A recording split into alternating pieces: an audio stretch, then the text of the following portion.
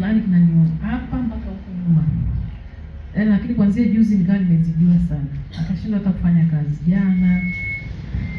Jana, leo nilikuwa nimelala tu, yani sijaweza kufanya kazi vizuri. Lakini namshukuru Mungu, wakati nakuja nisema Bwana Yesu, nikiingia kwenye madhabahu yako naomba uniponye. Sababu hicho kitu kinanifanya nishindwe kufanya kazi na kazi zangu zinahitaji nitumie nguvu. Namshukuru Mungu, nilipoingia hapa nikawa naendelea kuomba Mungu. Yaani sasa hivi namshukuru Mungu, yale maumivu yamepungua kabisa. Amen. Yaani nilikuwa kama vile ni kisu kinachoma kuanzia huko mpaka. Lakini namshukuru Mungu kwa kweli kimepungua kabisa. Yaani nasikia kwa mbali sana, na mimi Bwana Yesu ataniponya. Nikitoka hapa natoka mzima kabisa. Amen.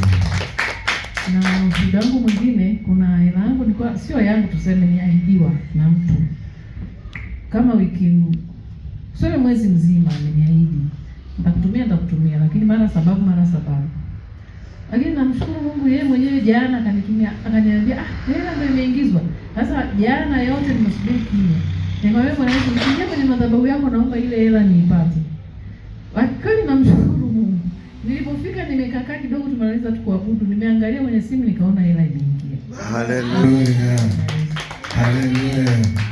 Mama Linda, sijui toka wakati huo umeendeleaje baada ya wewe kupata unabii na kuombewa?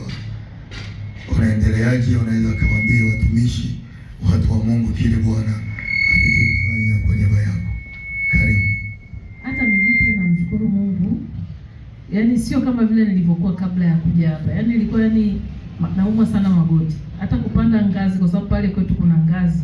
Yaani kupanda ngazi ilikuwa shida. Lazima nipande ngazi moja nipumzike, nipande hivyo. Lakini namshukuru Mungu, toka nilivyoombewa na mtumishi, yaani nasikia wepesi. Yaani naweza nikapanda ngazi huko nimebeba ndoo, nimebeba nini hivyo. Namshukuru Mungu kwa kweli amenifungua. Amen. Sifa kwa Yesu. Amen.